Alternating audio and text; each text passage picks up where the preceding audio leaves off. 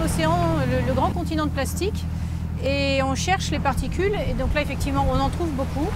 On en trouve beaucoup, mais de façon très discontinue et surtout de façon très irrégulière. Il y a des moments où c'est beaucoup plus concentré et des moments où c'est beaucoup plus rare. On peut passer plusieurs minutes sans en voir un.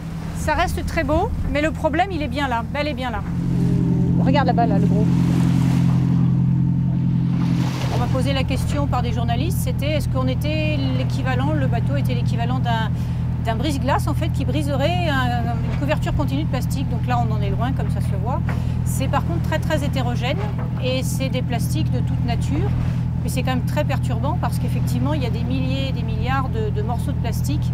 Donc on a les gros débris, c'est une pollution bien visuelle qu'on voit très bien. Et puis il y a des tas de petits bouts de plastique qu'on a plus de mal à voir, quelque chose de très concentré avec des plastiques en subsurface, mais qu'on concentre quand on fait les traits de filet. Et déjà c'est pas facile de trouver qui sont des particules de plastique parce que le plancton peut être très coloré. On a des organismes bleus, des petits copépodes qui sont magnifiques. Après quelquefois on a des formes en boule, on a des œufs, donc on se pose plein de questions sur est-ce que c'est du plastique ou pas. Donc on prend la pince à épiler puis on le met dans l'échantillon qui sera de toute façon congelé dans l'azote liquide et le tri se fera après par des personnes qui savent ou qui avec un microscope pourront déterminer.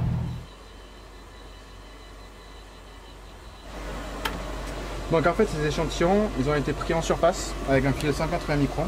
Donc c'est des objets, des spécimens qui sont quand même assez gros.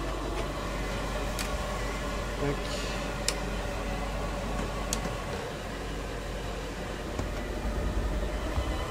What's that? It's plastic, I think. Plastic, you think?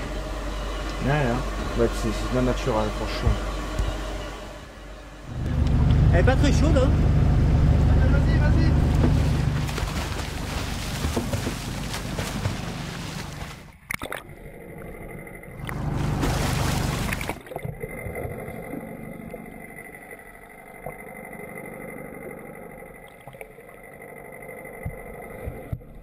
Ah, mais là, où est-ce qu'on va mettre ça? C'est bien d'avoir ça. Ça c'est un plastique différent que tu n'avais jamais eu avant. Ouais. C'est vrai que là le paradoxe d'avoir de la vie sur ces déchets. Après, est-ce que ça contamine les animaux qui vivent dessus? On a même vu aussi des algues. Hein.